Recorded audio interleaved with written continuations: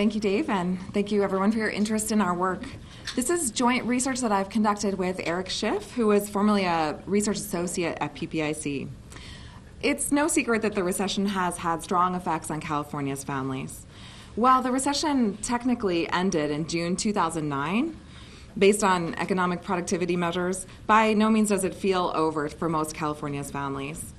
And we look at the effect of the recession on California families in one respect, and that is their income. So a measure of their economic well-being. And that's what I'll be talking about today. We use data, the most recent and comprehensive data that allows a snapshot of what's happening for California families in terms of their income. So to give away my main points today, I'd like to preview our findings. California families have been hit hard. We find that incomes across the distribution have been affected, from the low end to the high end. But low-income families have seen the steepest losses in their income during the recession and its aftermath. But all families across demographic breakdowns and regional breakdowns that we're able to examine saw declines. Education served as a partial buffer, so smaller income declines for families with more education and an overall higher level of income. Of course, you know unemployment is a hallmark of this recession and is a significant factor in driving down family income across the state. We find that underemployment is also important.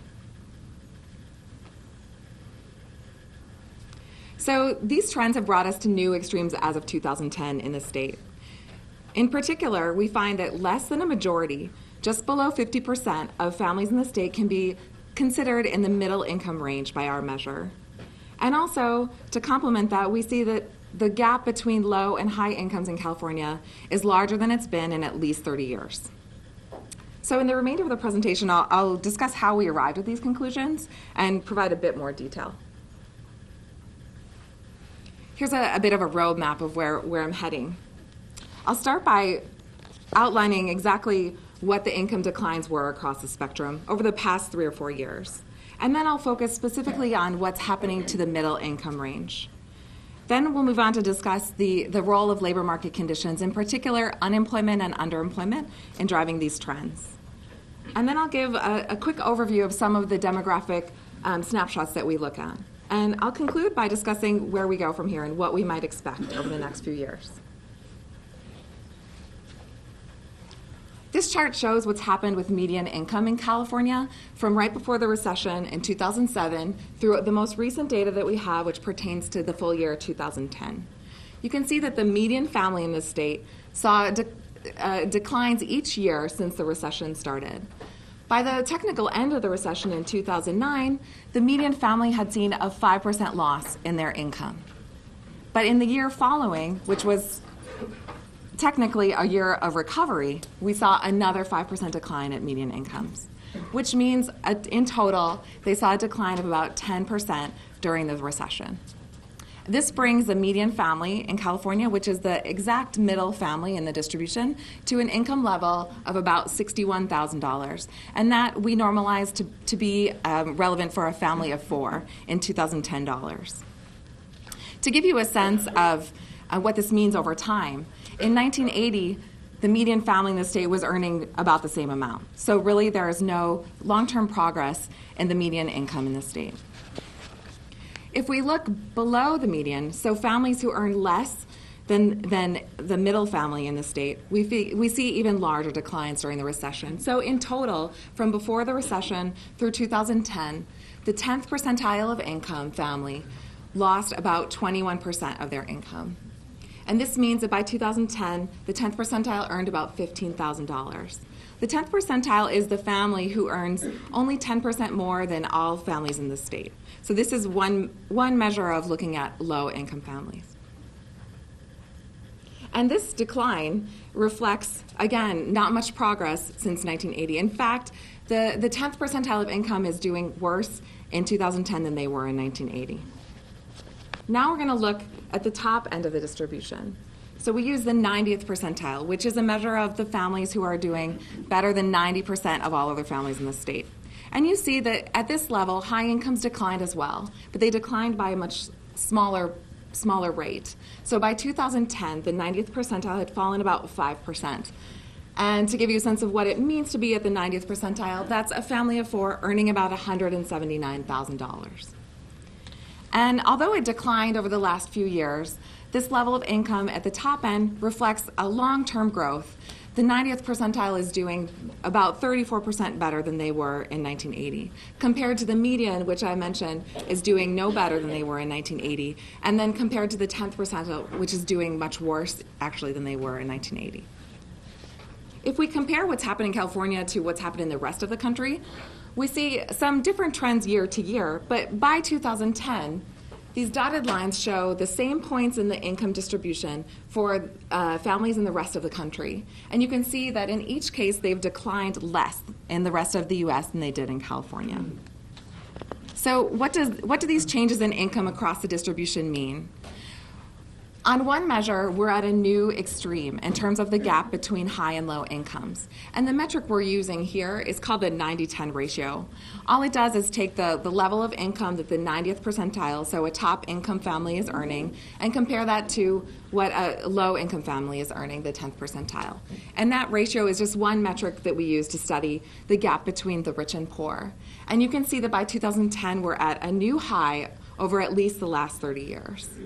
In fact, in terms of the number, the ratio is at 12. What that means is that the 90th percentile family in the state is earning 12 times more than a low-income family. And you see this reflects a long-term trend of growth in the gap between rich and poor in the state. In recession periods, it tends to be amplified. So in the early 1990s recession, we saw a spike, and we see a spike in income inequality in the Great Recession as well. But it's also just a movement along a long-term trend towards increasing inequality.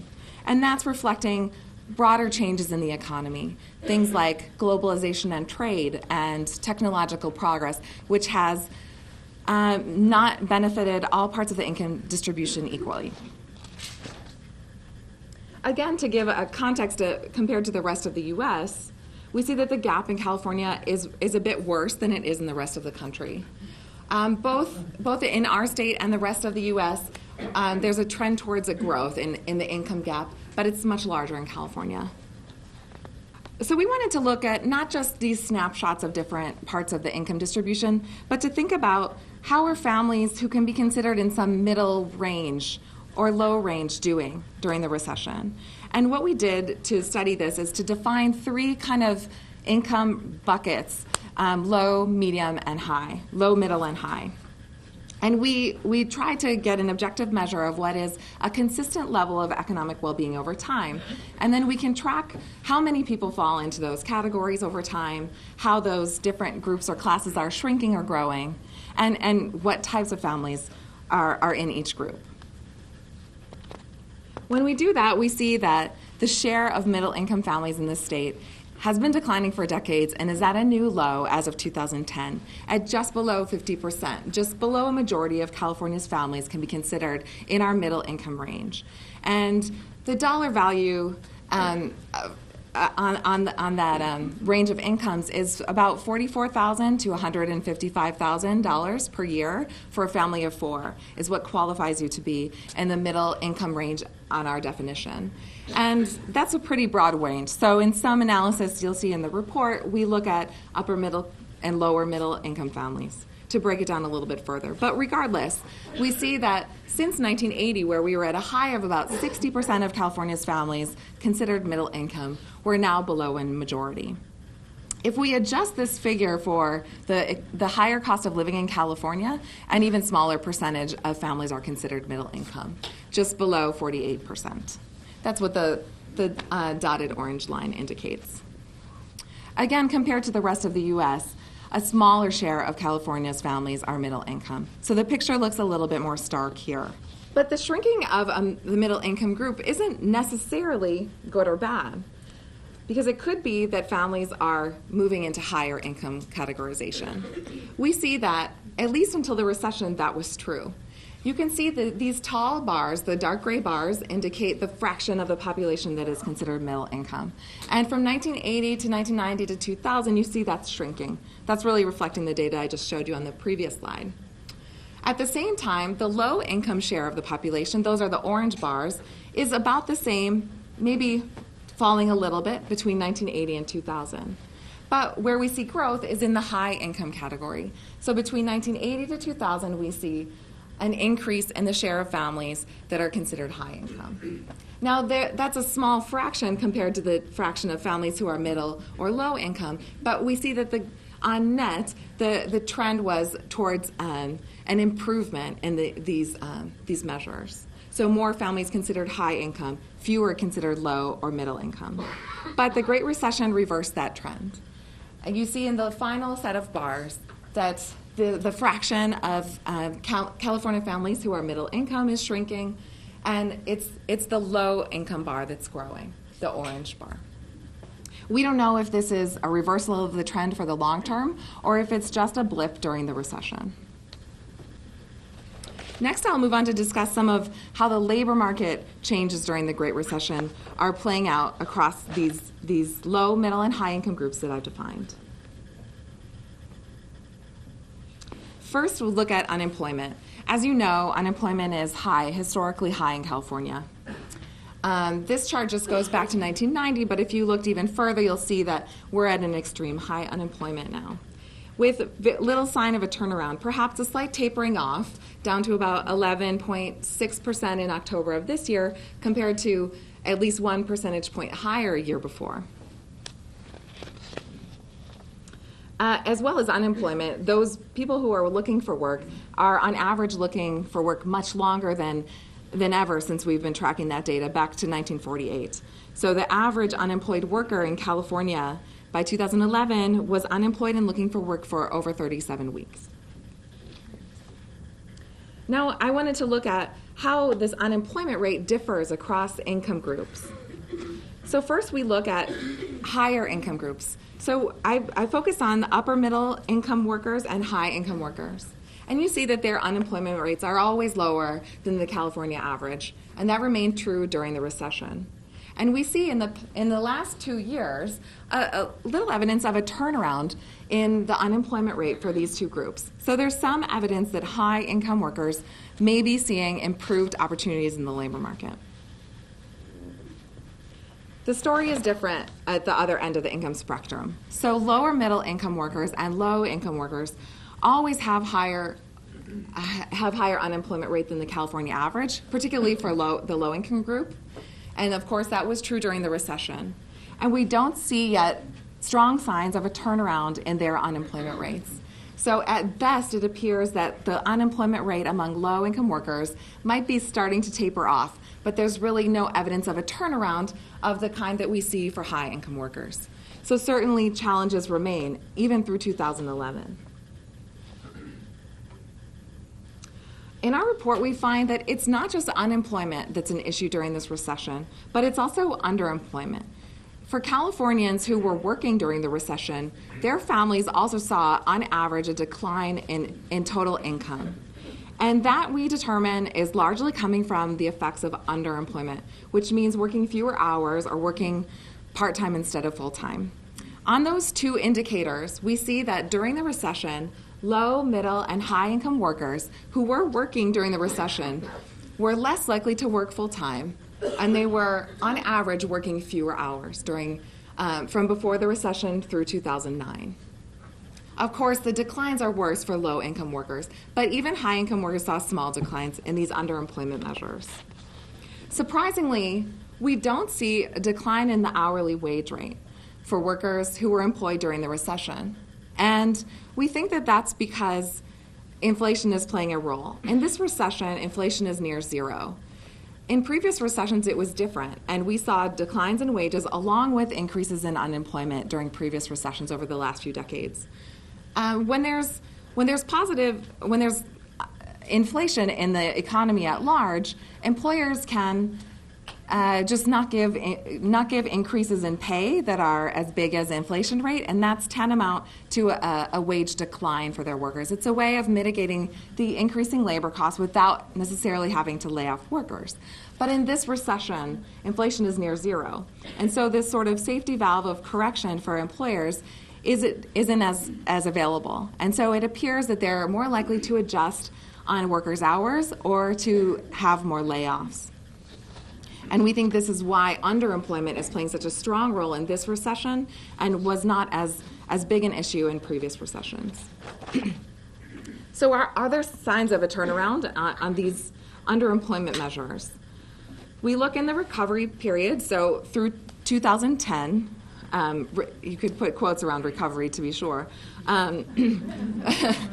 We see some indication that there's a turnaround in the rate of full-time employment across all of the income groups that we identify. So low, middle, and high-income workers appear to be getting back to full-time employment. But there's quite a lot of ground to be made up yet for the low-income workers in California. And the picture is somewhat mixed because we don't see quite the turnaround on average hours worked. We see for low-income workers, their hours on average are still falling. And there's very little improvement at all for the middle or high-income workers. So certainly, challenges remain with regards even to people who are working during this recession. In the report, we detail a number of demographic and regional breakdowns. I'm going to highlight a couple here, just looking at race and ethnicity, geography, and education. We find that, in particular, African-American headed families were the hardest hit during this recession in California. You see, the way we define this is a family who is headed by an adult.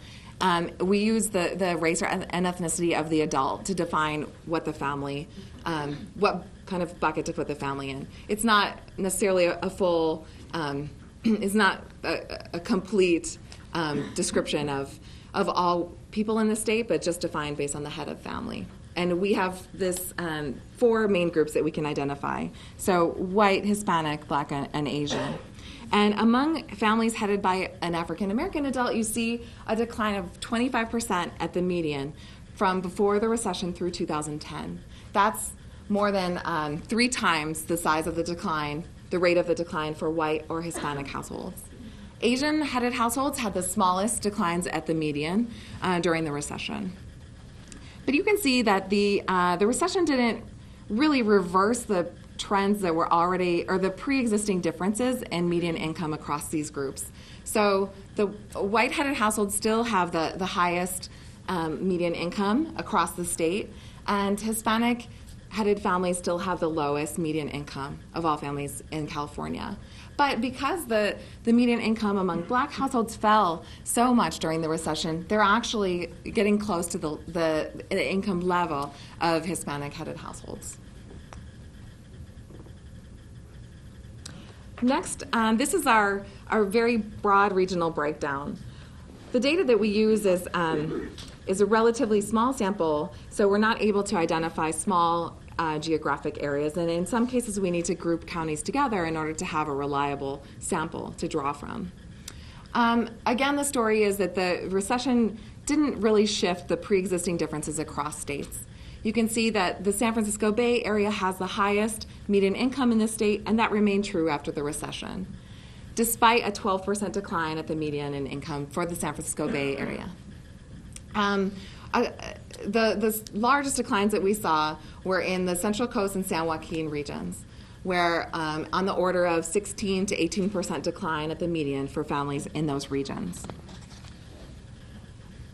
When we look across education, we see that families headed by somebody who had a college degree were buffered somewhat from the effects of the recession, with the smallest declines on the order of 8% from before the recession through 2010, and a high level of median income. So even by 2010, a family headed by a college graduate had, at the median, so the middle family in that group, earned $115,000 for the year for a family of 4. And across the income spectrum, that falls pretty high in the distribution. And actually, that because we're looking at just the median, that means that half families were doing even better than that